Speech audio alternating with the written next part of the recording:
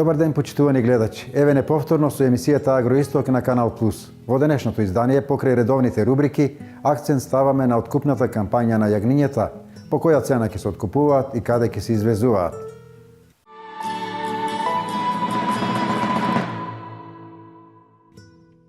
Рековме дека откупот на јагнињата е во полнек. Моменталната откупна цена изнесува 150 денари за килограм жива мера.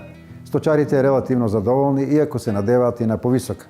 Да ја проследиме моменталната состојба од искажувањето на сточарот Иле Мушев од Чардаклија.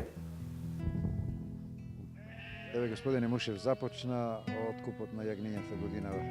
Секоја година во овој период кај вас се создава револ. Дали оваа година има задоволство со оглед на тоа што започнавме со просечна откупна цена од 150 денари за килограм? Кај нас никош не е добро задоволство, затоа што имаме големи трошкови и затоа не можеме да испаднеме на крај со 150 динара.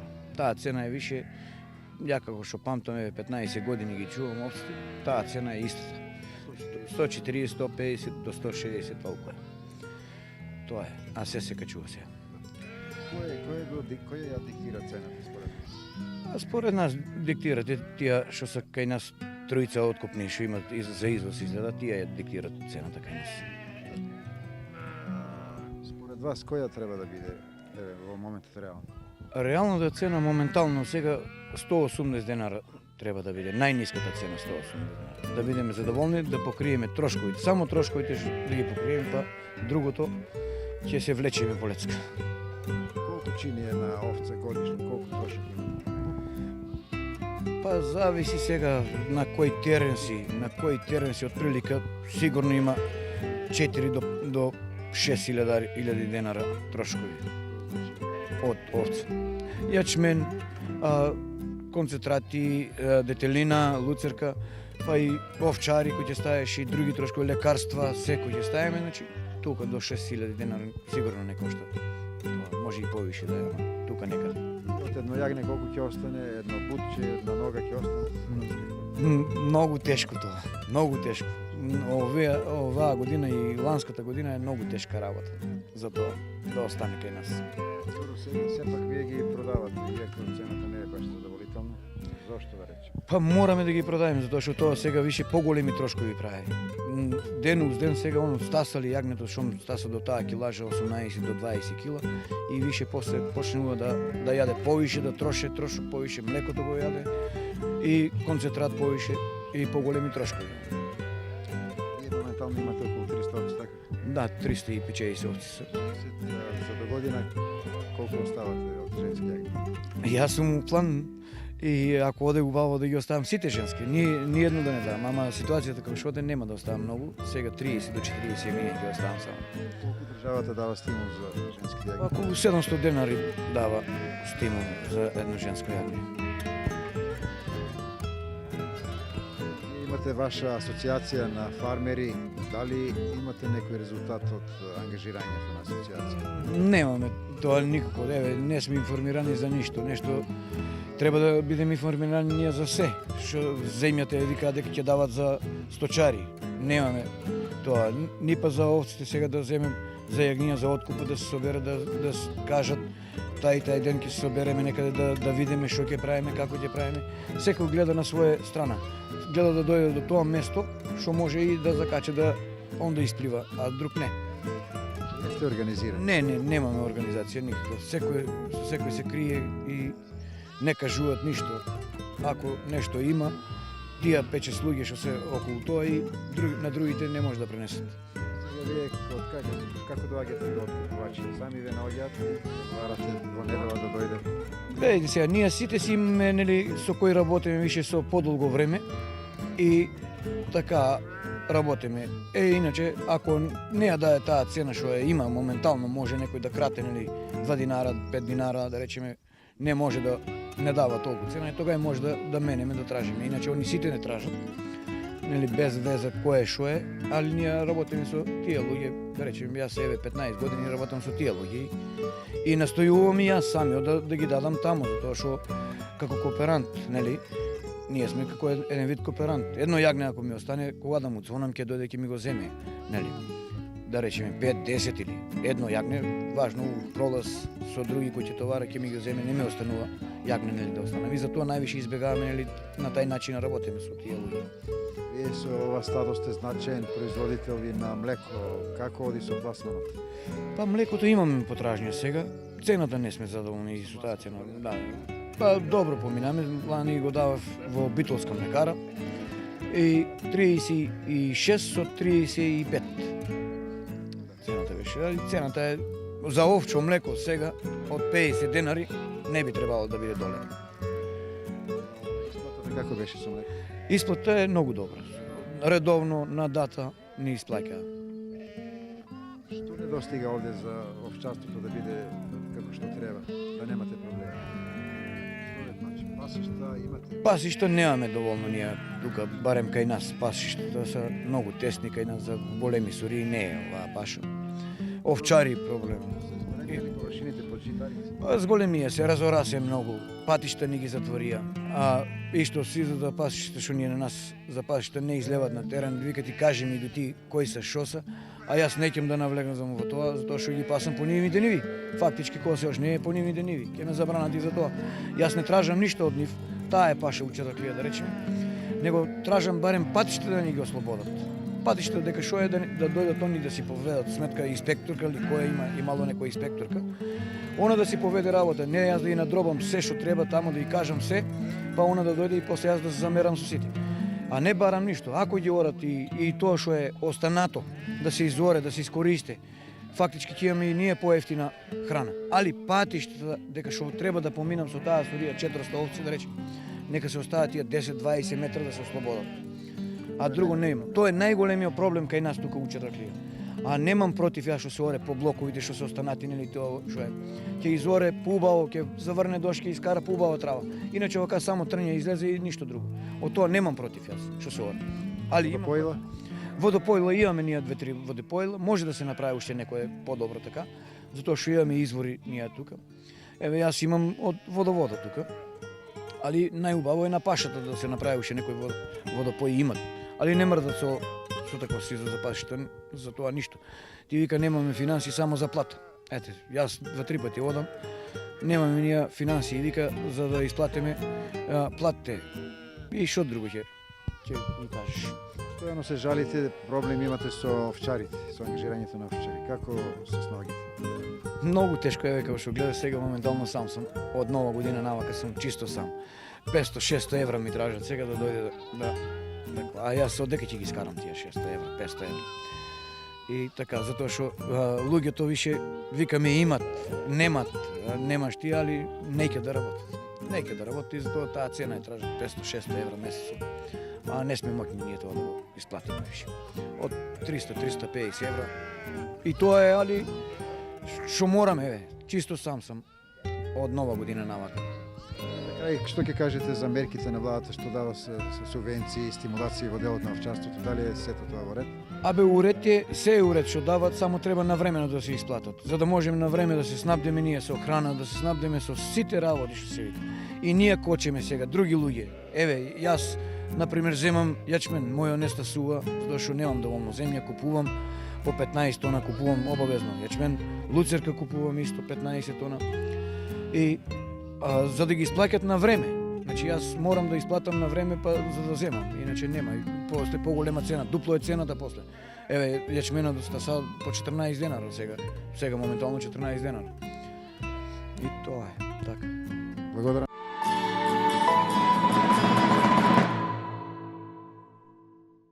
Оризопроизводителите пак деновиве организираа протест. Овој пат необичен поради тоа што имаше две позиции, едни за и други против. Да слушнеме зошто. Незадоволни од состојбата со откупот на оризовата арпа и белиот ориз, оризопроизводителите од Кочанско го блокираа патниот правец Кочани Штип во село Облешево и излегоа на протест. Бараат Министерството за земјоделство да преземе мерки за надминување на катастрофалната состојба со откупот на оризот и оризовата арпа. Целта на овој протестен митинг е со две основни точки. Откупот на оризовата арпа и откупот на белиот ориз. Пошто да речеме ние од 2012 година имавме еден протестен исто митинг за тие намени, од тога и најамо владата и ресорното министерство секој пат се прават глуви на нашите барања. Сега излеговме, да речеме, со ова барање, сега ќе ви го прочитам барањето на Сдруженијето, поради лошите откупни политики во ризопроизводството во последните 3 години, кое нешто кулминира и во 2015 и 2016 година со откупот на оризовата арпа, за кое нешто е организирани протестот, бараме од владата и од ресорното министерство веднаш да интервенираат со откупот и тоа. Прво, откуп на оризова арпа, како што има ветивте на оризопроизводителите, од 25 денари, а не помалку од 20 денари. Откуп на белиот ориз од 50 денари. Трето, бараме прием кај министерот за земјоделство, шумарство и водоснабдување во рок од 3 дена да бидеме известени. И четврта точка е во колку горе наведените 3 барања не бидат исполнети, протестите ќе бидат продолжени се до исполнување на барањата со превземање на порадикални мерки и исполнување на други барања. Сега се само тие две барања, откуп на оризова арпа и откуп на бели ориз. А земјоделците ги тиштат повеќе проблеми.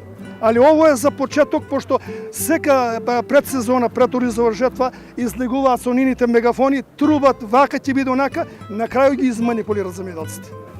Така, добро. Сега ми кажете како оди откупот кај вас? Катастрофално. Никако не оди. И тоа откупна цена нуде, да речеме, до 15 динара на арпата, а белиот е од 34 до 37-8 и не го зимат. Оризовата арпа стои на луѓето по амбарите. Се котат глувци дамо. Знаете тоа што сега што гледате оваа маса луѓе, немате, утре почиња сезоната за повторна седма на оризовата култура.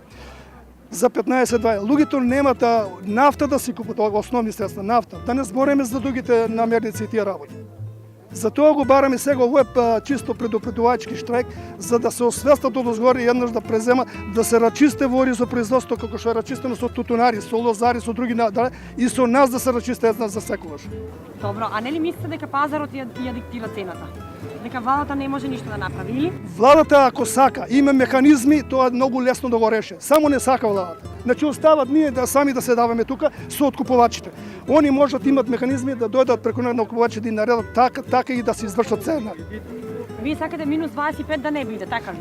Така е обеќано. Не тражиме ние ништо повеќе. Тоа што се го обеќале пред медиуми, пред штампи, 25 со 50. Да не мис... Сега е 15 динара и него ни зимат. Белиот е 34, 35, 36 и него ни купуваат. Тоа е. Парите после 3 месеци.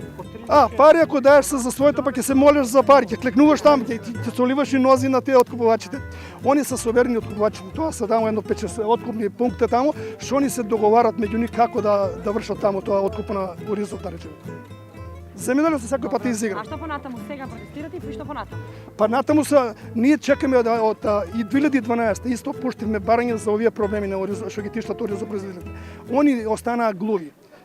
Јас тај најдебелиот крај ја го на мој град посети, пошто јас имав аптека, затворија ми аптека и се ми уништи и фирма сте дебате. Некад со нас едноставно да разговарат.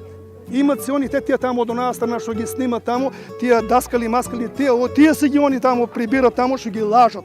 Правата вистина они за оризо не ја знаат од оризопроизводителите. Само имат они 2-3 нини мегафони што ги само ни конструират, нас не конструират. Манасиев истакна дека откупот оди катастрофално и оризот стои во амбарите на оризопроизводителите, оти и за ниска цена повторно не го земаат откупувачите.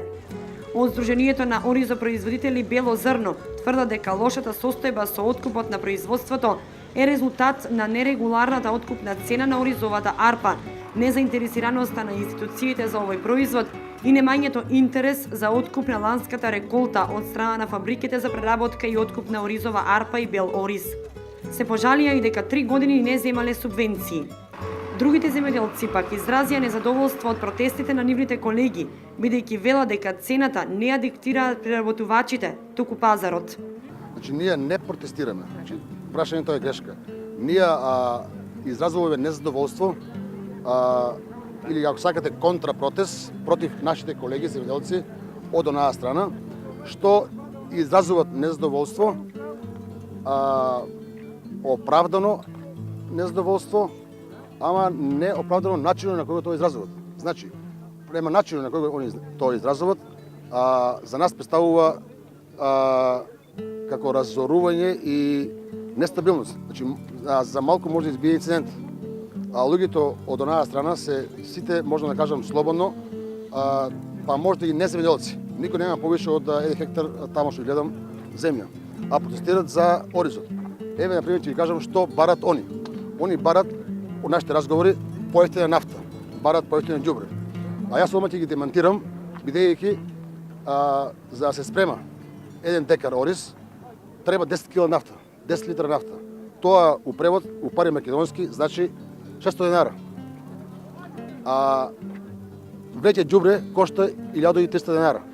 Значи 600 и 300 се 1900. А ние зиеме субвенции, еве ова година имаме мерка интервентна, 3000 денара од декар. Значи имаме и нафта и ѓубре без пари. Значи и ни остануваат уште малку пари да пиеме по пиво. Задоволни ли сте од цената на оризо? Има ли откуп? Сега ќе се поновам, значи не сме задоволни од цената, бидејќи секогаш е малку цената на нас. Али не е начинот, не е моментот сега тоа да го разговараме, бидејќи цената не ја диктираме ние. Значи нашите преработувачи не ја диктират цената. Значи цената ја диктират пазарот. Значи пазарот ја кажува цената. Не можеме.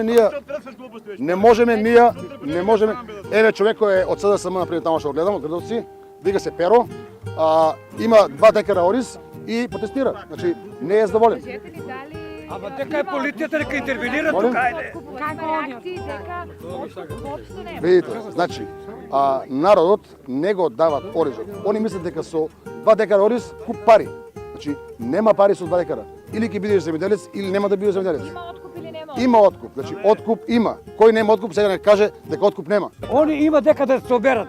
Нивните откупувачи доведоа да се цената намале на 35 и 38 динара. Од кои причини? Реекспорт. Бугарија, Грција, Србија. И тука е целиот проблем. И сега дојделе ќе тражат у владата, нема врска. Нити министерство, нити влада не е виновна за тоа. Виновни се нивните пајташи на СДСМ. На чело со Ванчо Деликатес.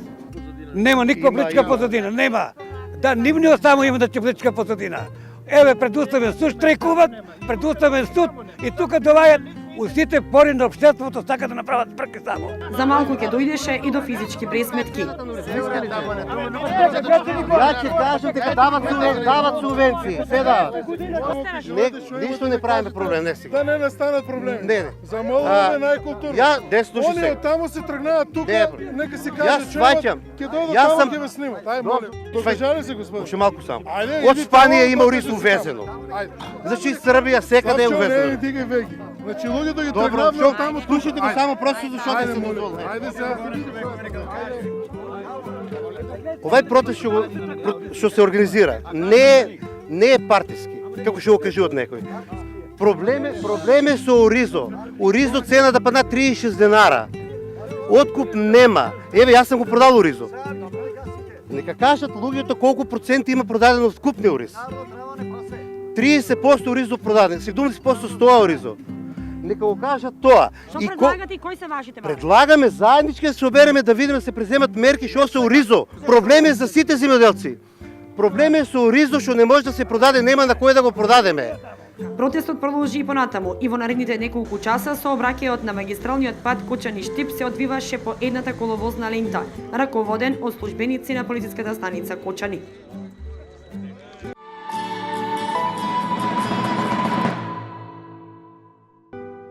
Видовме зошто се протестираше, но останува нејасно зошто на терен е вака кога државата уште есеновска ги утврди цените на арпата и оризот.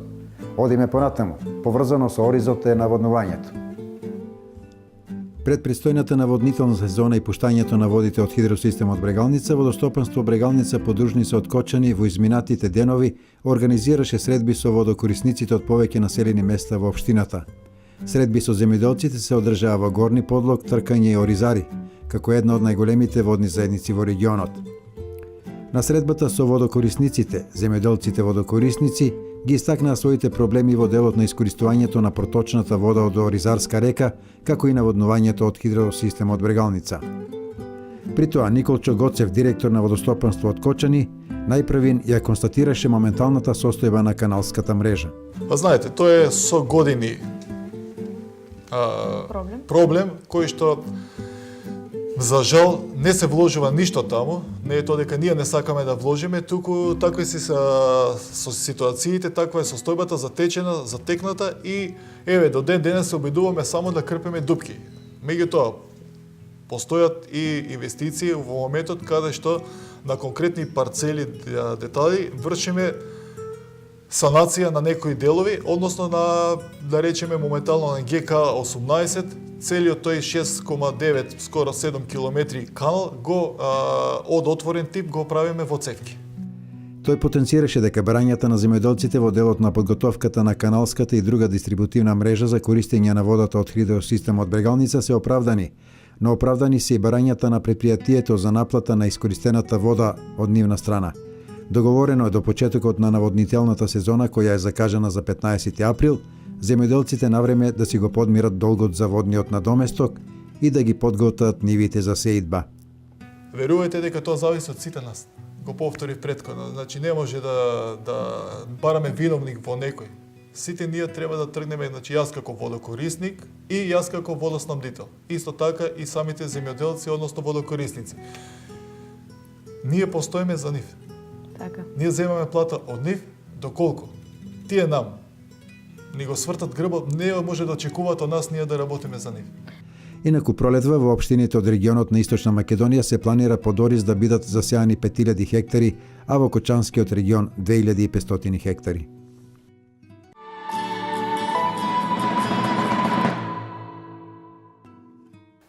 Во рубриката за нашите села бележиме значаен ден за селото Долани Штипско. Таму деновиве се одржа свеченост по повод пуштањето на нов асфалтен пат. Во село Долани денес беше свечено пуштен во употреба патот кој води до манастирот Свети Илија и гробиштата во должина од 1 километар. Финансиските средства ги обезбеди Агенцијата за финансиска поддршка во земјоделството и руралниот развој и општина Штип, а предвидено и асфалтирање на уште неколку споредни улици во селото.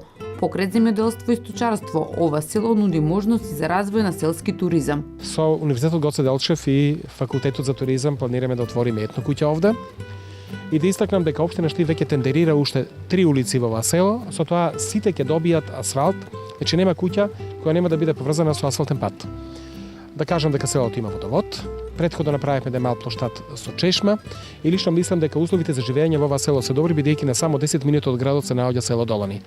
Мојата порака е до жителите да се вратат овде, да ги обноват своите прадедовски огништа, куќи. Над 43 милиони денари досега општина Штип има добиено од Агенцијата за финансиска поддршка во земјоделството и руралниот развој. Поголем број од проектите за подобрување на условите за живот во руралните средини се реализирани, а има и доста кои се во завршна фаза. Ова е една од инвестициите која е поддржана од Агенцијата за финансиска поддршка во земјоделството и руралниот развој, на која што аплицираше општината Штип за изградба на овој пат. Агенцијата го прифати проектот и истиот го поддржа и по неговата реализација го исплати во сума од скоро 6 милиони денари. Морам да кажам дека ова не е единствениот проект каде што Агенцијата за финансиска поддршка во земјоделството и руралниот развој дава поддршка на општина Штип. Општината Штип е исклучително активна општина во однос на аплицирањето и добивањето на средства за обновување и изградба на руралната инфраструктура и воопшто за подобрување на животот на жителите во овие рурални средини. Подобрената инфраструктура е од големо значење за жителите на село Долани. Убавината знае се каде е. Шом си у село, а да имаш пат, нема подобро. На времето имаме лош пат, водата дојдеше, однесе го. Утрето по 2 недели или недела дена чекаш да дојде липкер да го рамне или на раци нешто рамне, сега нема проблем. Од градот право уштава преку асфалт.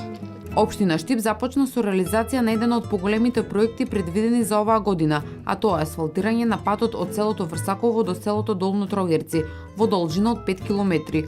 Овој проект ќе се реализира исто така со финансиски средства од Агенцијата за финансиска поддршка во земјоделството и руралниот развој.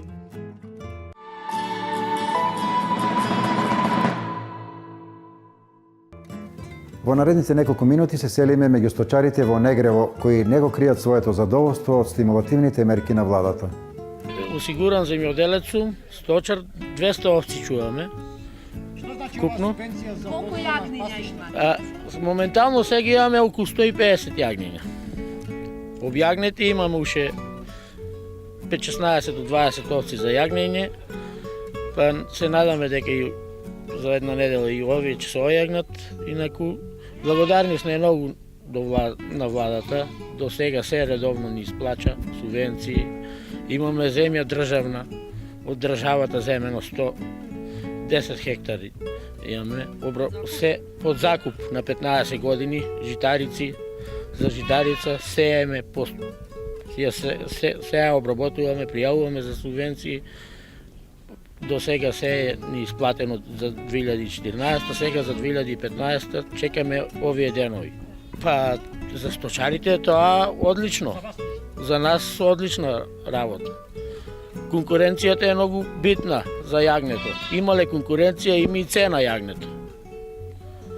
Ако нема конкуренција, сега моментално не знам, али околу 150 се движи, сега моментално. А лани ги дадоме јагнината по 160. Жива мера, 160.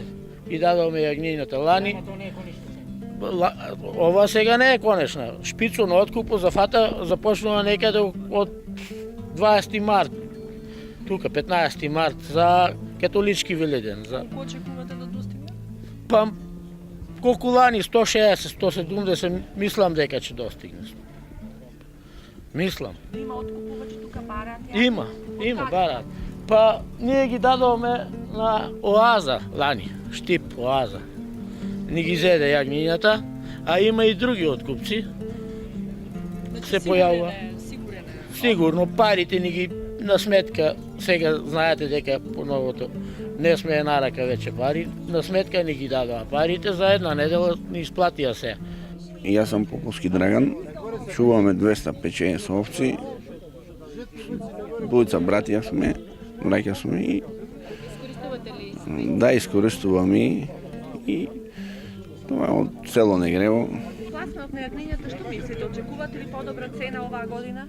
Сега Кина се отвара пазарот. Па ќе видиме, не знаеме нешто после 2 месеца.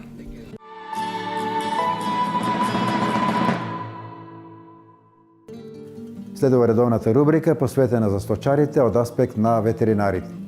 Во врска со одговорот кој треба да го дадат на пчеларите, вака, значи, нивна законска обврска, сите кои се регистрирани пчелари, значи, по системот за идентификација и регистрација, потребно е еднашка годишно да поднесуваат податоци за извршениот попис.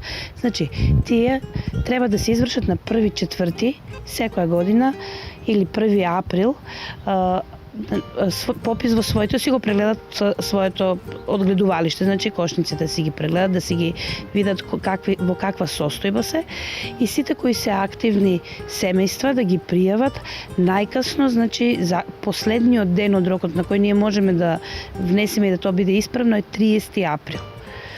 И тоа е нивната законска обврска. Друга една законска обврска е за пчеларењето кое е со испаша, значи на летна испаша.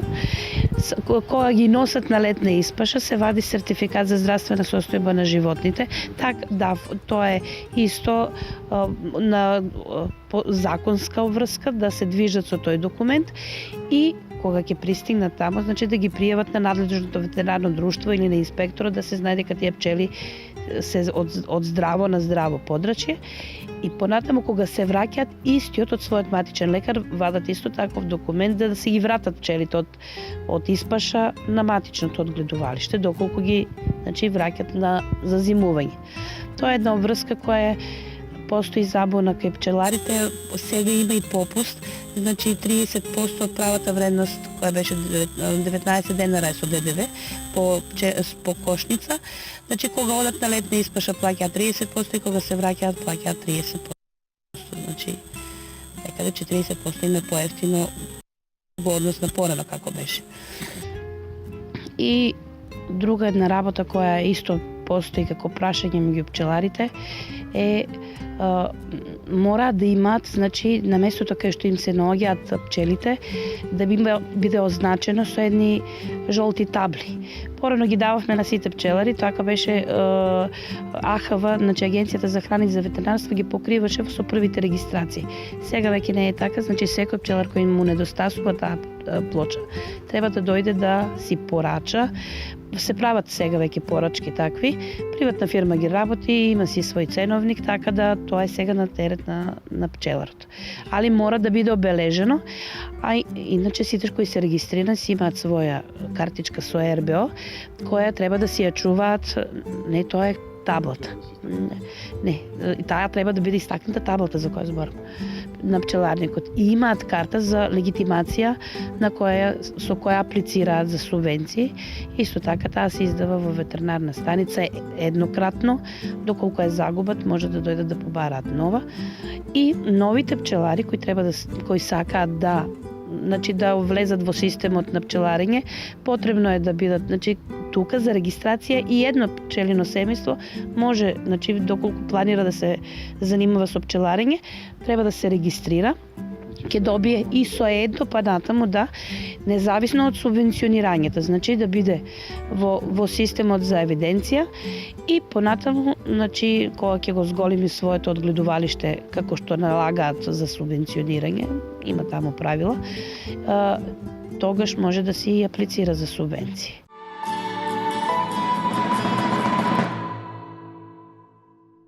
Ете, почитувани гледачи, тоа беше се во рамките на денешната емисија. Ве покануваме повторно за 7 дена. Пријатно и довидување.